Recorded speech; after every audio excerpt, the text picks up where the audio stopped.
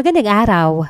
Isa na namang kwento ang ating tutunghayan dito lang sa Heart Secrets.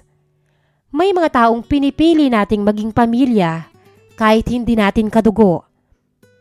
Mga taong pinagkakatiwalaan natin sa mga lihim, sa mga pangarap at maging sa mga taong mahal natin. Sa likod ng tawanan, may mga matang nagkakatitigan ng mas matagal kaysa dapat. At sa likod ng salitang kumpare at kumare, may pagtataksil na unti-unting sisira sa tiwala, sa pamilya, at sa mga pangakong minsan inakala nilang hindi kailanman mababasag. Dahil minsan, ang pinakamasakit na pagtataksil ay hindi galing sa kaaway, kundi sa mga taong tinawag mong pamilya. Itago nyo na lamang po ako sa pangalang Elena, 35 years old. Ako ay dating guro pero mas gusto ng asawa kong si Rodel ang manatili ako sa bahay para sa mga anak namin. Si Rodel ay isang pulis at delikado talaga ang trabaho niya, Miss Hart. Isang araw, pinadala sila para sa isang misyon na siya ring nagpaguho sa mundo namin. Nakoma si Rodel dahil nabaril siya ng 3 beses. Araw-araw ko siyang binabantayan noon sa ospital. Umaasang kahit papano ay magigising siya at babalik ang dating buhay naming dalawa. Ngunit habang tumatagal, unti-unting nauubos ang lakas ko. Pisikal, emosyonal, at maging ang pag-asa, Miss Hart. Sa panahong yon, may isang taong palaging nandyan para sa akin. Ang aming kumpare na si Lionel. Siya ang nakakausap ko kapag hindi ko na kaya ang bigat ng lahat. Siya ang nakakaintindi sa lungkot at pangungulila ko. Hanggang sa dumating ang araw na hindi ko namalayan na masyado na kaming malapit sa isa't isa. Tumatanaw ako ng utang na loob sa kanya dahil tinutulungan niya akong alagaan ang mga anak namin ni Rodel. Wala siyang asawa o kahit anak, Miss Hart. At hindi ko rin naman naitanong pa kung bakit. Pero sa tingin ko'y magiging mabuti siyang ama. Tahimik ang buong palapag ng ospital. Iilan na lang ang gising. Nakaupo ako sa mahabang upuan sa labas ng silid ng asawa ko. Hawak ang isang paper cup ng kape na matagal nang malamig. Dahan-dahang lumapit si Lionel. Hindi ka pa rin umuuwi. Hindi ko agad sinagot ang tanong niya. Paano kung pag-uwi ko, doon siya magising? Napabuntong hininga si Lionel at naupo sa tabi ko. Ilang buwan na rin, Elena. Kailangan mo ring magpahinga. Paano ko naman gagawin yun kung hindi ko alam kung kailan siya gigising? Saglit na binalot ng katahimikan ang pagitan sa aming dalawa. Naririnig lang ang mahina at paulit-ulit na beep mula sa monitor sa loob ng silid. Kung nandito si Marco ngayon, sigurado akong ayaw niyang pinababayaan mo ang sarili mo. Tugon niya, mahina at mabagal ang tono. Napangiti ako ng kaunti, pero may lungkot. Alam mo ba kung anong huli niyang sinabi sa akin bago nangyari ang insidente?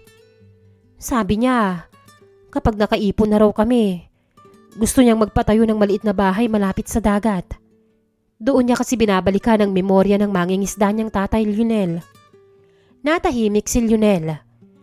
Simple lang naman ang pangarap namin. Hindi ko alam kung bakit parang napakalayo na ngayon. Dugtong ko. Umiwas ng tingin para hindi niya makita ang mga namumuong luha sa gilid ng mga mata ko. Dahan-dahang ibinaba ni Lionel ang tingin sa sahig. Hindi pa tapos ang kwento niyo. Minsan naiisip ko, hanggang kailan ako maghihintay? Tanong ko na iniinda ang bigat sa dibdib. Ibinalik ko ang tingin sa kanya. Hanggat kaya mo. Napabuntong hininga ko. Ang hirap pala na maghintay sa taong hindi mo alam kung babalik pa, Lionel. Saglit kaming nagkatinginan. May kakaibang katahimikan sa pagitan namin. Hindi komportable pero hindi rin namin kayang takasan. Agad akong umiwas ng tingin. Pasensya ka na. Kung lagi kitang naaabala, lagi ka tuloy nandito. Naapektuhan na ba ang trabaho mo? Bahagyang ngumiti si Lionel. Hindi kayo abala. Pero may sarili ka ring buhay. Kaibigan kita at kumpare ako ng asawa mo. Saglit akong natahimik bago nagsalita. Salamat. Dahil hindi mo ko hinayaang mag-isa sa lahat ng to. Tipid ng ngiti ko at hinawakan ang mga kamay niya. Hindi siya sumagot. Tinitigan lang niya ang mga kamay ko sa ibabaw ng palad niya. Pagkatapos ay inangat niya uli ang mga mata niya sa akin. Hindi ka nag-iisa. Gumaan ang dibdib ko dahil sa mga sinabi niya. Ganito talaga ang trabaho niyo. Kahit natatakot ako para sa kanya, hindi ko rin naman inisip na aabot pa sa ganito. Ipagdasal na lang natin si Rodel, Elena. Magigising din siya. Ang kailangan mo'y magpakatatag para sa mga anak mo. Para magkaroon din ako ng lakas pag nakikita kitang lumalaban. At sa katahimikan ng gabing yon, nagsimulang mabuo ang isang koneksyon na pareho naming hindi pa naiintindihan at hindi rin namin alam noon kung saan yun hahantong. Kinabukasan ng hapon, kakauwi ko lang mula sa ospital matapos magbantay buong araw kay Rodel. Pagod na pagod akong naupo sa sofa. Hawak pa rin ang bag na dala ko mula sa ospital. Minamasahe ko rin ang sintido ko dahil bahagya itong kumikirot. Napapikit ako sandali at pilit na kinakalma ang sarili. Kahit ilang buwan na akong walang maayos na tulog. Maya-maya pa ay may kumatok sa pinto. Dahan-dahan akong tumayo at binuksan yon. Nandun si Lionel. Lionel, anong ginagawa mo rito? Kunot noo kong tanong. Galing ako sa ospital. Sabi ng nurse, umuwi ka raw muna para magpahinga. Bahagya akong ngumiti kahit gusto na ng katawan ko na humiga. Hindi ko naman sinabi sa'yo na pumunta ka pa rito. Pinapasok ko siya sa loob. Hawak ang isang paper bag. Nagdala ko ng makakain mo. Baka wala pang laman ang tiyan mo. Ipinatong niya yon sa mesa. Napatingin ako sa kanya na may halong pasasalamat sa mga mata. Nasaan pala ang mga bata? Tanong niya. Nandun sa lola nila. Bakasyon naman. Gusto rin nila mama na makapagpahinga ako ng maayos dito. At hindi ba pagod ng husto? Ngumiti siya ng tipid at tumango. Magandang paraan nga yun para hindi masyadong mabigat para sa'yo. Ngumiti ako sa kanya. Hindi ko alam kung paano ka pasasalamatan. Hindi mo kailangan gawin yun, Elena. Saglit kaming natahimik. Ramdam ang bigat ng katahimikan sa pagitan namin. Nakasandal lang siya sa mesa at nakaharap sa akin. Ang hirap pala ng ganito, no? Anong ganito? Naguguluhang tanong niya. Yung naghihintay ka sa taong hindi mo alam kung kailan babalik. Dahan-dahan siyang lumapit sa akin. Hindi ko alam pero sa mga oras na yon, gusto ko siyang yakapin, Miss Hart. Parang doon talaga ako makakapagpahinga. Hindi ka naman nag-iisa sa paghihintay na yan. Napatingin ako sa kanya. Mabibigat na ang mga talukap ng mga mata ko. Mas naging malapit pa kami ngayon. Minsan natatakot na ako. Sa ano naman?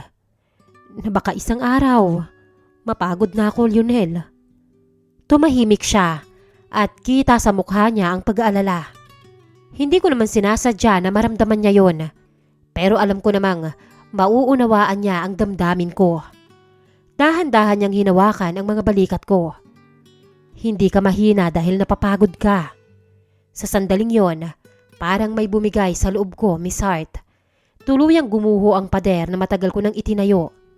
Napayakap ako kay Lionel. Saglit siyang nagulat, pero dahan-dahan niya rin akong niyakap pabalik. Napakainit sa pakiramdam, Miss Hart. Bumibilis din ang pagtibok ng dibdib ko. Doon ko napagtantong, bukod kay Rodel, may taong hindi mahirap mahalin. At yon ay si Lionel. Nanatili kaming ganoon sandali. Nang maghiwalay kami, bigla kaming nagkatitigan. Napakalapit ng mga mukha namin. Nagtagpo ang aming mga labi. Isang mabilis ngunit totoong halik. Pero nang maalala ko na naman ang kalagayan ng asawa ko, agad akong umurong. Napaatras din si Lionel at halatang nagulat sa nangyari. Elena, pasensya na. Nadala lang ako. Tumango ako kahit nakikita ko sa mga mata niyang hindi siya sigurado kung kaya niya talagang panindigan ang sinabi. Dahil ang nakikita ko rito'y kasalungat, Miss Hart. Sa gabing yon, napagtanto ko ang isang bagay na may damdaming nagsisimulang mabuo sa pagitan namin. At yon ang eksaktong damdaming hindi dapat mangyari. Mahina ang ulan sa labas ng bintana ng ospital. Halos wala ng tao sa hallway. Nakaupo ako sa upuan sa tabi ng kama ni Rodel na tahimik na nakahiga at nakakabit sa mga makina. Hawak ko ang kamay niya. Hanggang kailan kita hihintayin, Rodel? Napapikit ako at pilit na pinipigilan ang luha. Maya-maya, may dahan-dahang kumatok sa pintuan. Pagtingin ko, naroon na si Lionel. Pwede ba akong pumasok? Tumango ako. Pumasok siya at isinara ang pinto. Saglit akong tumingin kay Rodel bago lumapit sa kanya. Kanina pa umuulan. Hindi ka pa rin umuwi? Paninimula niya. Hindi ko kayang iwan siya. Tahimik na tumango si Lionel. Lumipas ang ilang sandali ng katahimikan. Ang tunog lang ng ulan at ng monitor ang maririnig sa silid. Minsan naiisip ko, baka naririnig niya ako. Siguro nga. Napatingin ako kay Rodel at sa bawat sandaling yon, parang may kumikirot sa puso ko. Kung naririnig mo man ako, sana patawarin mo ko sa pagkapagod ko. Naramdaman ko namang lumapit si Lionel sa likuran ko. Hindi ka masamang asawa dahil napapagod ka. Hindi mo naiintindihan. Sabi ko sa kanya. Napatingin ako sa kanya sabay tayo. Wala na sa akin kung makita niya akong halatang pagod, nalilito at emosyonal. Araw-araw akong natutulog at gumigising na hindi ko alam kung may kinabukasan pa ba kami. Dahan-dahan kong hinawakan ang kamay ni Lionel. Pero kapag nandyan ka, kahit papano gumagaan. Yumuko siya. Pero Elena, hindi dapat ganito. Bulong niya sa akin. Alam ko. Kaya nga hirap na ako, Lionel. Hindi ko pa rin binibitawan ang mga kamay niya. Unti-unting nagtagpo ang mga mata namin. Kung hindi tayo titigil ngayon, hindi niya natapos ang sasabihin dahil inilapit ko na ang mukha ko sa kanya. Nagtagpo ang mga labi namin. Mas matagal, mas totoo, at mas puno ng emosyon kaysa dati. Napahawak na siya sa mukha ko. Sinusuklian na ang bawat paggalaw ng mga labi ko. Sa harap ng tahimik na natutulog na si Rodel. Saglit kaming naghiwalay at parehong hingal. Elena, nasa ospital tayo. Napatingin ako sa kama ng asawa ko. Para akong nanaginip at biglang sinampal. Nanikip ulit ang dibdib ko. Bigla siyang umurong. Hindi dapat to nangyari. Matalik kong kaibigan si Rodel. Para na kaming magkapatid, Elena. Napaatras siya at puno ng kaguluhan ng mukha. Pero alam kong nananabik pa rin siya sa akin at nilalabanan niya lang ang kagustuhan ng damdamin niya. Pasensya ka na sa pagtulak ko sa iyo sa bahay. Naguguluhan pa ako noon, Lionel. Pero ngayon, napagtanto kong minamahal na pala kita. Hinahanap ko na ang mga yakap mo. Hindi siya nakasagot. May mga luhang nangingilid sa mga mata. Hindi ka mahirap mahalin, Elena. Nakikita ko ang kabutihan mo. Isa kang mabuting asawa, ina at kaibigan. Kahit hindi ko aminin, mahal na rin kita. Pero para akong sinasaksak kapag naiisip ko si Rodel at nakikita ko ang kalagayan niya. Parang hinaplos ang puso ko sa narinig kay Lionel. Mahal mo ko, Lionel? Oo, Elena. Pero hindi papatay si Rodel. Nakikita kong lumalaban siya. Huwag nating pasukin ang isang bagay na pagsisisihan natin sa huli. Tugon niya at humakbang palabas. Naiwan ako sa loob na hindi makagalaw. Aaminin kong nasaktan ako sa sinabi niya, Miss Hart. Pero alam kong nilalabanan ko lang talaga ang sinasabi ng puso ko. Nakaramdam ako ng kapayapaan sa mga bisig ni Lionel. Pakiramdam ko, ligtas ako sa bawat paghawak niya sa akin. Pagod na pagod akong dumating sa bahay ng gabing yon. Galing ako sa ospital, pareho pa rin ang itsura ng asawa ko. Nakahiga, tahimik at walang galaw. Parang huminto ang buhay ko sa silid na yon. Kaya nang marinig ko ang katok sa pinto, halos wala na akong lakas para tumayo. Pagbukas ko, naroon ulit si Lionel. At sa mga nakaraang buwan, siya rin ang taong hindi ako iniwan sa paghihintay. Hindi ka na naman kumain, no? Tanong niya habang papasok sa loob ng bahay. Hindi ko alam kung bakit pero sa simpleng tanong na yon, biglang kumirot ang dibdib ko. Hindi ako nagugutom.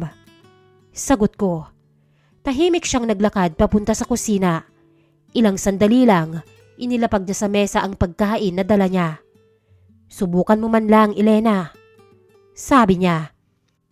Umupo ako sa harap ng mesa, pero hindi ko naman halos magalaw ang kutsara. Pakiramdam ko, may kung anong bumibigat sa dibdib ko gabi-gabi. Napansin niya siguro yun. Lumapit siya at dahan-dahang hinawakan ang kamay ko.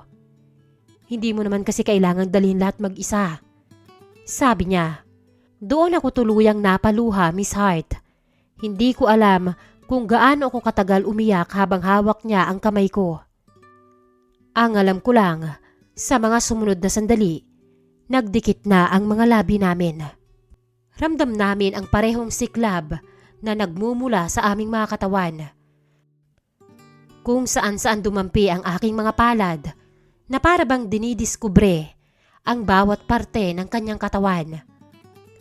Ang kusina ay napuno ng mga daing, pagsinghap at tunog ng lamesa sa tuwing nag-iisa ang aming mga katawan.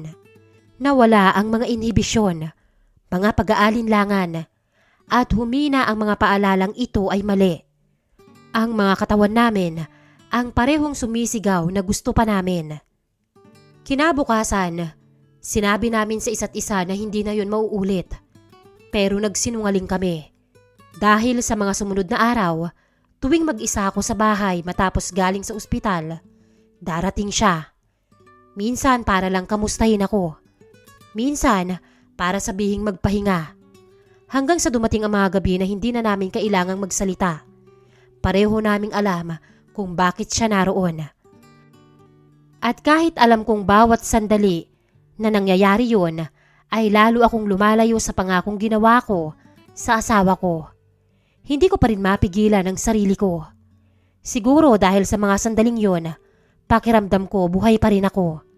Na hindi ako mahina dahil pinaparamdam sa akin ni Lionel na malakas ako. At nandyan siya. Pero sa bawat umaga nagigising ako, isang tanong lang ang paulit-ulit na sumasagi sa isip ko. Ano ang mangyayari kapag nagising ang asawa ko? At paano ko haharapin ang katotohanan habang lumalaban siya para mabuhay? Ako naman ang unti-unting sumira sa buhay naming dalawa. Pero kumakailan lang, Miss Hart, may balitang dumating na tuluyang nagpayanig sa mundo ko. Matapos ang kulang 2 taong paghihintay, nagising na ang asawa ko mula sa koma. Buhay na buhay siya. At unti-unting bumabalik sa normal ang kanyang kalagayan. At ngayon, may isa pang katotohanang bumibigat sa aking dibdib. 2 linggo na akong delayed, Miss Hart. At ang sapantaha ko, buntis ako. Hindi ko alam kung paano haharapin ang asawa kong matagal na lumaban para mabuhay. Hindi ko alam kung paano ko sasabihin sa kanya ang katotohanang habang siya ay walang malay. Nakagawa ako ng kasalanang sisira sa lahat ng pinagsamahan namin. Gusto kong maging tapat, pero natatakot akong tuluyan siyang masaktan at mawala sa akin. Gusto ko rin gawin ang tama para sa batang dinadala ko. Mga mahal na tagapakinig, Miss Hart, paano ko haharapin ang asawa kong muling nabigyan ng buhay kung ang unang katotohanang haharap sa kanya ay ang aking pagtataksil? May paraan pa ba para maitama ang isang pagkakamaling ganito kabigat? Naghahanap ng kasagutan, Elena.